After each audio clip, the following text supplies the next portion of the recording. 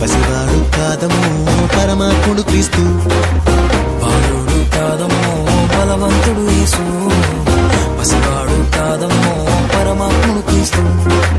పరమును వీడచి పాకలో పుట్టిన పాపుల రక్షకుడు మన యేసయ్యా.